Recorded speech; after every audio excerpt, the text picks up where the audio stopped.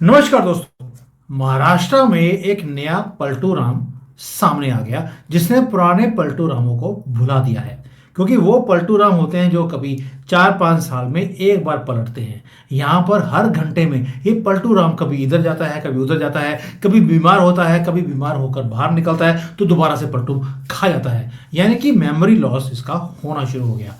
राहुल गांधी ने अभी रिसेंटली बोला था कि मोदी जी की मेमोरी जो है वो बाइडन की तरह लूज होती जा रही है। मुझे लगता है उसे शिंदे बोलना चाहिए था कि शिंदे की तरह लूज होती जा रही है। यानी कि और कोई कंपैरिजन बनता नहीं है। अब इसके बाद बात करेंगे कि महाराष्ट्र में अल्टीमेटली हो क्या रहा है। एक दूसरा, क्या वहां पर जो गलती बीजेपी ने 2019 में करी थी और वहां पर गवर्नमेंट नहीं बना पाए, क्या वही गलती दोबारा से रिपीट होगी? क्या शिंदे वही काम करेंगे जो उद्धव ठाकरे ने करे? अब इसके ऊपर डिटेल में बात करेंगे कि अल्टीमेटली 4 या 5 तारीख को जब गवर्नमेंट ने बनना है तब होगा क्या, और कैसे ये जो सारे वही लोग जो हार गए हैं, उद्धव ठाकरे के कई बड़बोले नेता, सो कॉल्ड नेता जो हार गए हैं, अभी नेता नहीं रहे, आम आदमी हो गए हैं, उन्होंने बोलना शुरू कर दिया कि वहां पे तो इमरजेंसी लग जानी चाहिए क्योंकि वहां पे अभी तक गवर्नमेंट फॉर्मेशन नहीं हुई है, इमरजेंसी लगा दीजिए। अब इसके ऊपर मंजरी जी ही थोड़ी सी लाइट डाल सकती हैं कि भाई ये चक्कर क्या है, और क्या हिंदुओं को सरकार जब मिलती है बनने के लिए उसके बाद हम ऐसे ही हाथ से फिसल देंगे जैसे 2019 में अपने हाथों से हमने गवर्नमेंट फिसलती हुई देखी, और 2.5 साल हमने काला राज देखा, ये जो महाविनाश अगाड़ी थे। मंजरी जी, जय सिया राम। जय सिया राम। मंजरी जी, महाराष्ट्र की जो ये म्यूजिकल चेयर है, पहले ये बताइए कि इसमें जो बैठेगा किसका म्यूजिक बजने वाला है? देखिए, पिछली बार भी बीजेपी का म्यूजिक बना था। थोड़े दिन हमने चलने दिया था कि देख लो भैया, जब ज्यादा अल्टा पल्टी होती है तो नतीजा क्या होता है। बैंड आम जनता की मिलती है, क्योंकि देखिए, एक बार आप इलेक्ट हो गए ना तो आप प्रिविलेज क्लास में आ जाते हैं। तो जो बैंड एक्चुअली बचती है वो जनता की बचती है। तो इस बार वो, जैसे पिछली बार जनता ने रिएक्ट किया था जब दोनों की गठबंधन टूटा था, शिवसेना और बीजेपी का, कि शिव सैनिक और महाराष्ट्र के लोग, जो कॉमन लोग थे, वो लोग मोदी को बहुत कोस रहे थे। लेकिन अब की ऐसा नहीं होगा। उनको मालूम है कि ये इन लोगों की इको टसल है, जिसके कारण कॉमन मैन की लाइफ इफेक्ट होती है। अब पहला सवाल मैं लेती हूँ, क्या शिवसेना का उद्धव ठाकरे सिंड्रोम चलेगा शिवसेना में? देखिए, शिंदे जी को ये ध्यान से समझा दिया गया। अभी भी एक गिरीश जी करके नेता है, फडणवीस के क्लोज हैं, वो शिंदे से मिलने गए हुए हैं। तो अब केस क्या है, उनको ये समझाया जा रहा है, भैया देखो, तुम केवल 2.5 साल का, you are a wonder of 2.5 year, ठीक है? तो 2.5 साल तुम आप वो रहे। शुरू में लोग मजा लेने आएंगे कि बेटा सीएम नहीं बने, और उसके बाद वो आपको भूल जाएंगे। You will go into oblivion, और आपका कुछ भी नहीं होगा। जो इनके और इनके बेटे का जो एक पॉलिटिकल एम्बिशन है, वो यह वहीं डी एंड हो जाएगा। क्यों डी एंड हो जाएगा? 132 सीट महाराष्ट्र में बीजेपी के पास अपनी है। ऑफिशियली 5 एमएलए उनके साथ आ चुके हैं जो इंडिपेंडेंट थे, और अनऑफिशियली कहा जा रहा है कि एक और आ गया है। सबको मालूम है, बीजेपी का इस समय साथ देंगे तो फिर अच्छी तरीके से सत्ता मिलेगी और फ्यूचर ब्राइट है। सबको मालूम है, इसमें कहीं किसी पार्टी में कोई कंफ्यूजन नहीं। अजित पवार पहले ही अपना सरेंडर करके राम धुन गा रहे हैं, इस समय हनुमान जी की तरीके से, कि भाई, मेरे जितने भी हैं 40, वो आपके साथ हैं। मैं आपका डिप्यूटी सीएम बन करके बहुत खुश हूं, क्योंकि चाचा जी तो मेरी कोई गति रखेंगे नहीं। मैं चाचा जी के पास जाऊंगा, चाचा जी मेरे सारे एमएलए लेंगे और सुप्रिया को बना देंगे।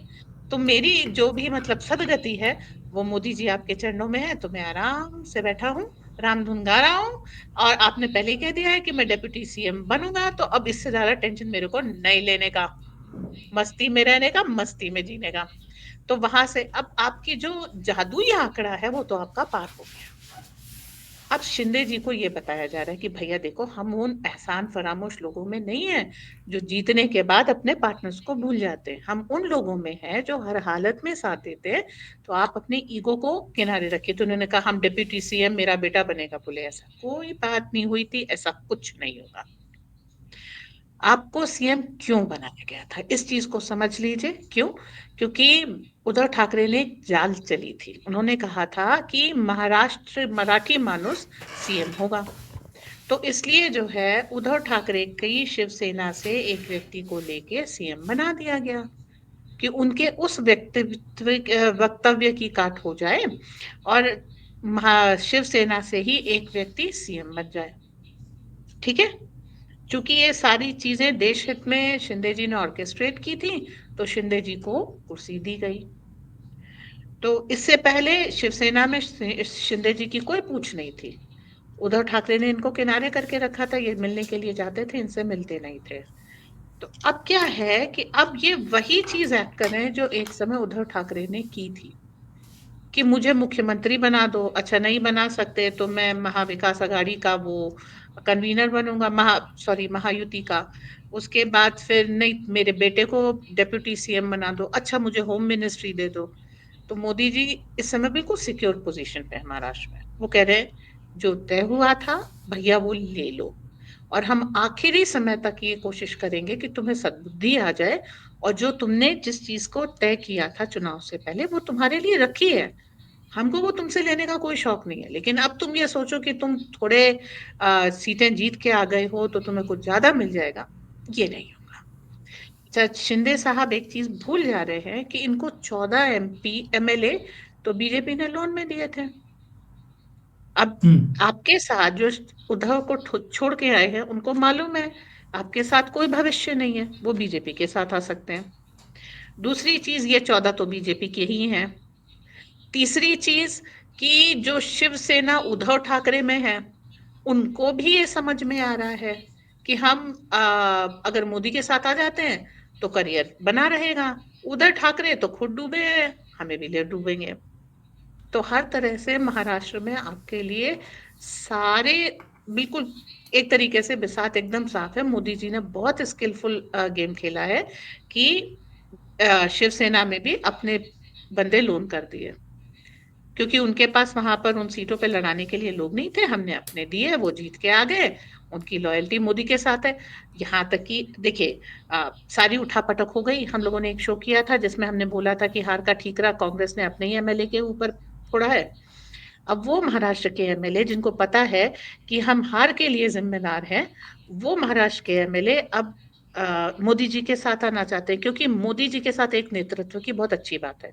अगर वो जीत जाते हैं तो पूरे संगठन को उसका श्रेय देते हैं, और वो हार जाते हैं तो हार की जिम्मेदारी खुद लेते हैं। राहुल गांधी के साथ ये चीज उल्टी है। अगर वो जीत जाते हैं तो श्रेय खुद लेते हैं, हार जाते हैं तो मल्लिकार्जुन खड़गे को देते हैं। खड़गे अपना और आगे पास कर देते हैं कि भाई तुम लोग लड़ रहे थे इसलिए हुआ। तो वहां पासिंग द पार्सल चलता रहता है, तुम्हारी वजह से हारे, तुम्हारी वजह से हारे। और यहाँ पे वो कहते हैं कि भाई हम मंथन करेंगे, हमसे कोई गलती हुई है, जनता हमें क्षमा करे, हमारी वजह से हारे। तो एक नेता, हम्म। दोनों की नेतृत्व में कोई कंपैरिजन नहीं है। तो बेसिकली ये है कि कल परसों 4 तारीख को फिर एक बैठक होगी। अगर शिंदे अपना और अपने बेटे का फिर भी कोई भविष्य चाहते हैं तो जा करके उस बैठक में भाग लेंगे। जो उन्होंने चुनाव से पहले तय किया था उसको स्वीकार करेंगे और बेटे को मंजने देंगे। नेता बना देना एक पहले वाली जो 1940 की, सॉरी 47 के बाद तो शुरू हुआ, तो 50 के बाद की एक ये है ना कि एक बार टिकट मिल गया तो आप नेता बन गए, कोई क्वालिफिकेशन नहीं होनी चाहिए।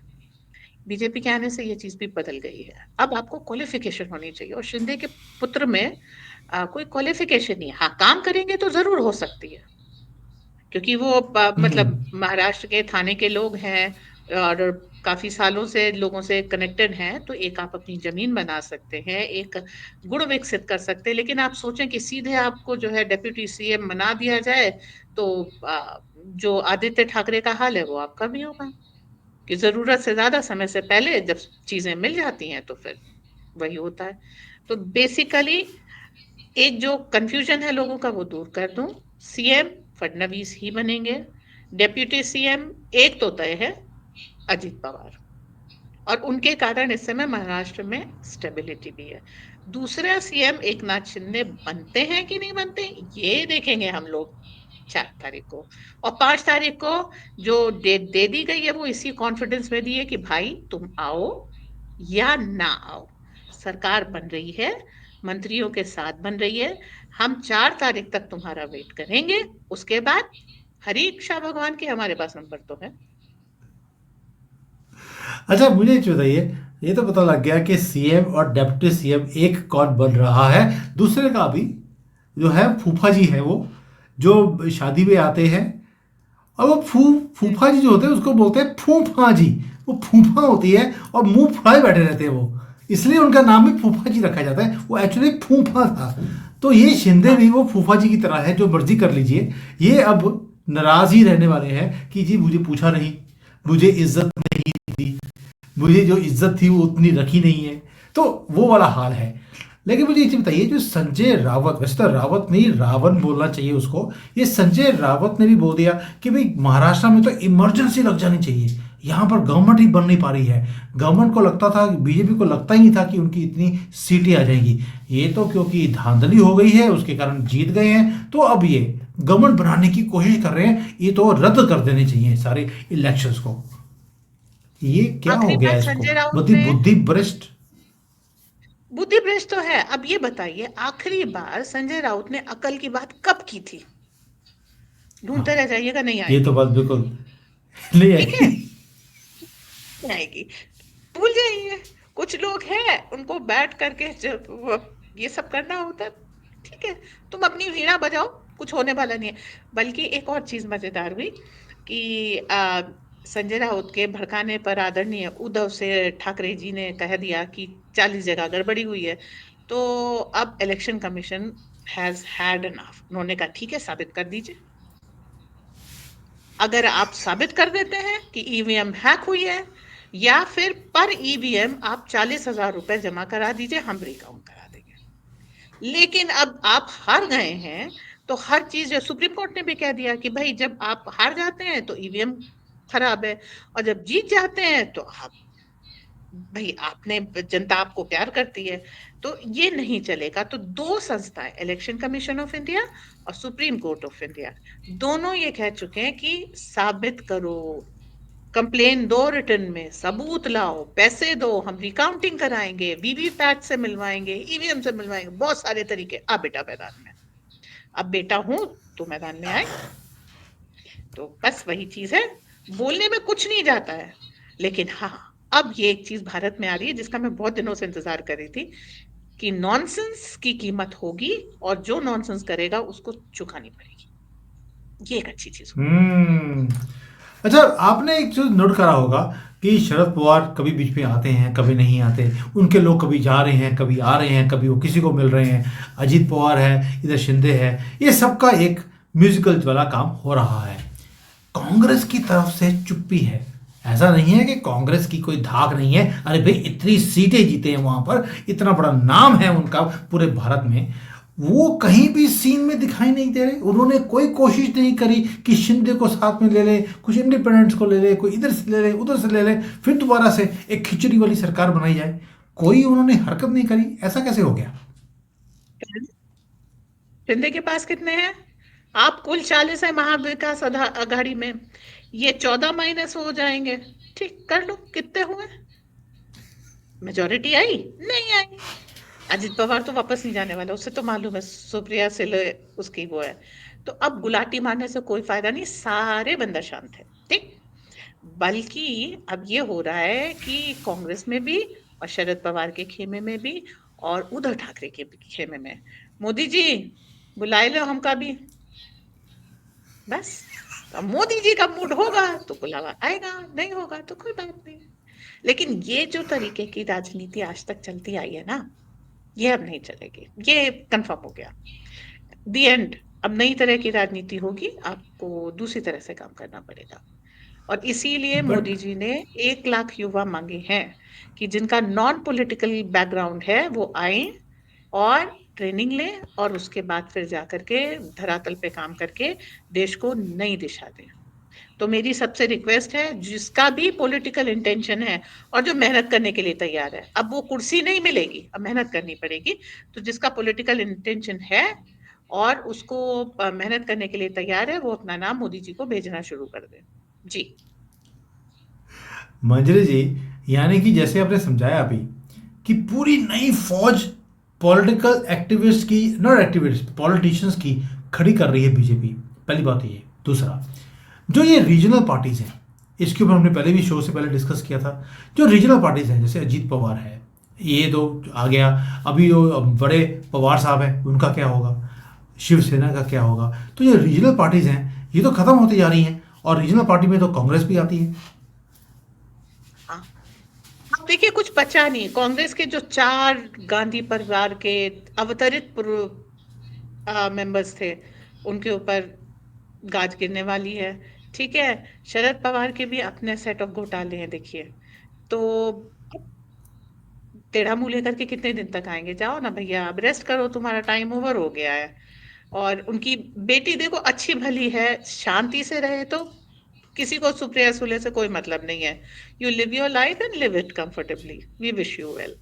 तो अब क्या है, आपके पास मुद्दा होना चाहिए। मुद्दा क्या है? विकास का, तो वो आपको करना नहीं है।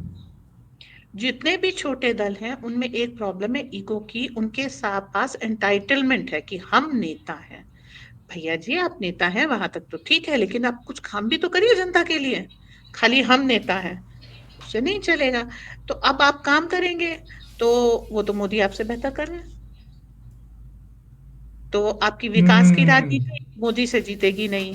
लोकल मुद्दे, अच्छा कन्नडिगा कन्नडिगा करके जो है इन्होंने डम डम डिगा डिगा किया, वहां पर आराम से जो है कर्नाटक में सरकार बना ली। ठीक, उसके बाद क्या किया? मुस्लिम अपीसमेंट। अब वो जो कन्नडिगा प्राइड में 2-4 बार आपको वोट दे भी दिया है, those those people are suffering, so next time they will not trust you. तो अब क्या है, सोशल मीडिया, अगली बार क्या होगा? कांग्रेस की अगर मान लीजिए, वैसे तो वो बीजेपी से साध रहे हैं कि 150 करोड़ में सरकार नहीं गिरेगी, ज्यादा तो गिर जाएगी। ठीक है, तो अब अगर अगली बार ये आते हैं, तो जो सोशल मीडिया उनको क्या रिमाइंड करेगा कि डोंट लूज योर स्टेट, घाटे में मत जाओ कन्नडिगा प्राइड के लिए, सेंटर में आओ। तुम्हारे यहाँ ज्यादा, बैंगलोर को बैंगलोर जो है पूरे भारत ने बनाया है, कन्नडिगा ने नहीं बनाया है। ठीक है, वही चीज हर जगह, मुंबई को मुंबई पूरे भारत ने बनाया है। खाली शिवसेना ने नहीं बनाया, इन्होंने नहीं बनाया, राज ठाकरे ने नहीं बनाया, इधर शरद पवार ने नहीं बनाया, तो सब लोगों ने बनाया है। तो पूरे भारत को कलेक्टिव क्रेडिट जाता है। तो आप पूरे भारत की विकास की और एसिमिलेशन की राजनीति कीजिए। जो लोकल, जो जितने भी पॉलिटिकल पार्टीज हैं, वो regional pride, regional language, regional उस पे वर्क कर रहे हैं, जो इस समय देश के लिए और खुद उनके लिए विरोध में जा रहा है। इसके कारण इनको ऑब्लिवियन झेलना पड़ेगा। और अगर इसी तरीके से करते रहे ये लोग, तो जल्दी खत्म हो जाएंगे। बस अकेली चीज ये है कि बीजेपी में भी ऐसे बहुत सारे लोग हैं जिनका अहंकार ज्यादा है और काम कम है। इसीलिए पीएम ने जो है 1 लाख लोग मांगे हैं, सबको बदल डालूंगा। वो एक ऐड था ना, 16 बल्ब दे दो, सब सारे बदल डालूंगा। तो यहाँ पर भी यही होगा कि भाई या तो काम इसी कर लो, वरना मैं सारे बदल इसी डालूंगा। बल्ब। हाँ, इसी बल्ब, वो पुराने जमाने के सारे बदल डालूंगा। वही राजनीति यस। चलेगी कि जो जो ग्राउंड पे काम करेगा, मेहनत करेगा, जिसको अच्छे से समझ है और पकड़ है। अब नेता बनाए नहीं जाएंगे। जैसे अन्नामलाई उभरे, इधर हेमंता उभरे, योगी जी आए, जिन ऐसे नेताओं को लेके आएंगे और इनसे देश सिक्योर होगा। बिल्कुल सही कह रही हैं। और मोदी जी ने एक बार पार्लियामेंट में खड़े होकर राहुल गांधी की तरफ देखकर बोला था कि कुछ बल्ब ऐसे होते हैं जो बड़ी देर से चलते हैं, तो ऐसे बल्बों की अब हमें भारत को जरूरत नहीं है। मोदी जी ऑलरेडी पार्लियामेंट में बोल चुके हैं राहुल गांधी की तरफ देखने के बाद। तो मुझे लगता है कि ये सारे बल्ब चेंज करने वाले ही हैं। मोदी जी खुद तो चले जाएंगे, मुझे लगता है अपने झोले में, उन्होंने बोला था मेरा क्या है, झोला उठा के चले जाऊंगा, उन्होंने सारे ये फूके हुए बल्ब हैं ये अपने झोले में डालकर इन्होंने ले जाने हैं, और पीछे से नई खेप इन्होंने खड़ी कर देनी है, और इसकी ज़रूरत भी है। बट जो खेला था महाराष्ट्र का शिंदे वाला, जो बोल रहा था कि भाई मैं तो किंग मेकर हूँ, मेरे बिना बीजेपी गवर्नमेंट बना नहीं सकती है, वहां पर खेला हो गया है। शिवसेना ने, यानी कि यही शिंदे ने एक खेल करने की कोशिश करी मोदी जी के साथ। मोदी के साथ खेल भाई एक बार कर सकते हो, बार बार नहीं कर सकते। वो ठाकरे था जो कर गया, अब नहीं होगा। और ये शायद जो जनता है उनका भी एक जवाब था इनको कि हमें बीजेपी की ही गवर्नमेंट चाहिए, हमें ये जो महाविनाश अखाड़ी है इसकी गवर्नमेंट नहीं चाहिए। तो जब मैंडेट ऑलरेडी मोदी जी के पास है, मिलकर काम किया है। अजीत पवार मुझे लगता है कि सबसे समझदारी का काम उस बंदे ने किया है कि गवर्नमेंट भी रख ली, गुड बुक्स में भी आ गया और धाक भी रहेगी। और शिंदे ने वही काम किया जो उद्धव ठाकरे ने किया, मुंह भी काला कराया और आज जीरो भी हो गया है। एक चीज और बोलूंगी, देखिए 2019 में उद्धव ठाकरे को लाने की एक वजह थी, आने देने की एक वजह थी। जनता कंफ्यूज थी उद्धव ठाकरे और मोदी के बीच में, और मोदी जी लंबा खेल खेलते हैं, ठंडा करके खाते हैं। उन्होंने कहा ठीक है, उद्धव ठाकरे के लिए सिंपैथी है, झेल लो इसको। अब कोई उद्धव ठाकरे के पीछे नहीं गया। तो जनता की सिंपैथी जो उद्धव ठाकरे के लिए थी, कि बंद मुट्ठी थे उद्धव ठाकरे, मातोश्री से फरमान देते थे, अमित शाह मिलने गए, अमित शाह को बेइज्जत कर दिया। अब क्या है, हाथ जोड़ करके शरद पवार के आगे खड़े रहते हैं, शरद पवार कहते हैं भाग बाहर, बाद में आना जी, बाहर चले आते हैं। ये वीडियो सर्कुलेट हुआ था, बहुत वायरल हुआ था। तो यस अब क्या है, yes yes Uddhav yes. Thackeray का जो ऑरा था वो पूरा खत्म हो गया, उनकी स्किल और ये सब। अब कोई नहीं जाएगा। शिंदे इस समय जो गड़बड़ कर रहे हैं, उन्होंने, देखो कभी कभी क्या होता है ना, आप किसी चीज को नहीं पसंद करते, वही चीज देखते देखते आप कहीं ना कहीं कॉपी कर जाते हैं। तो मैं शिंदे हम्म जी का बहुत सम्मान करती हूँ कि एक समय उनके एक्शंस की वजह से महाराष्ट्र की गवर्नमेंट बची थी, भारत की इकोनॉमी बची थी। तो अभी अगर वो सद्बुद्धि से काम ले लें, जो हो गया वो हम लोग भूल जाएंगे, अब भी साथ आ जाए। लेकिन वो कहते हैं ना कि कई लोगों को अकल देर से आती है, कईयों को आती देखिए, ही नहीं है। तो इनको अभी भी समझाने की कोशिश की जा रही है, हो सकता आ जाए। देखिए, देखते हैं, शिंदे जी को अकल आ जाए तो बड़ी बात है। लेकिन क्योंकि अपने बॉस के साथ रहे हैं, तो ये देखिए कैसे झुक झुक कर कैसे ये रहे ये भी बाबा तो देख साहब के, लीजिए। यस, ये उनके पोते हैं, ये बेटे हैं। मुझे शर्म आती है ये सीन देखने के बाद कि दुर्योधन के सामने आप कैसे झुक कर बात करते हो। और इनकी पार्टी हमेशा ही एंटी कांग्रेस और एंटी गांधी फैमिली रही है। आज कुर्सी लेने के लिए जिहादियों का साथ देना शुरू कर दिया, कांग्रेस का साथ देना शुरू कर दिया कि किसी तरीके से कुर्सी हाथ में आ जाए। और यही विडंबना है भारत की। लेकिन मोदी जी ने खेल अच्छा किया है, मोदी जी ने किया है, अमित शाह ने किया है, या किसने किया है मुझे नहीं मालूम, खेल हो गया है। सरकार 5 तारीख को बन जाएगी। डेप्टी सीएम कौन बनेगा ये 4 को पता लगेगा, और 5 को सीएम कौन बनने वाला है। ये भी वैसे मंजरी जी एक अजीब बात है कि ये वही भारत है जहां पर पत्रकारों को पहले पता होता था कि आगे जाकर मंत्री कौन बनेगा, उनसे पूछ कर बनाए जाते थे। आज पत्रकार सारे यतीमों की तरफ फिर रहे हैं, उनको पता ही नहीं लग रहा कि सीएम कौन, डिप्टी सीएम कौन। और ये इतना बड़ा सस्पेंस है महाराष्ट्र का कि सबको एक सूली पे टांग के रखा है मोदी जी ने। और यही एक गवर्नेंस का तरीका भी होना चाहिए। I really admire this things जो मैं देखता हूँ मोदी जी की। आपका कोई आखिरी कमेंट है या वाइंड अप करें? देखिए, पता सबको है, लेकिन लिखना नहीं है, मानना नहीं है। ये ईगो पत्रकारों की भी है। फडणवीस सीएम बनेंगे ये सबको पता है, लेकिन अगर लिख देंगे तो फिर क्या।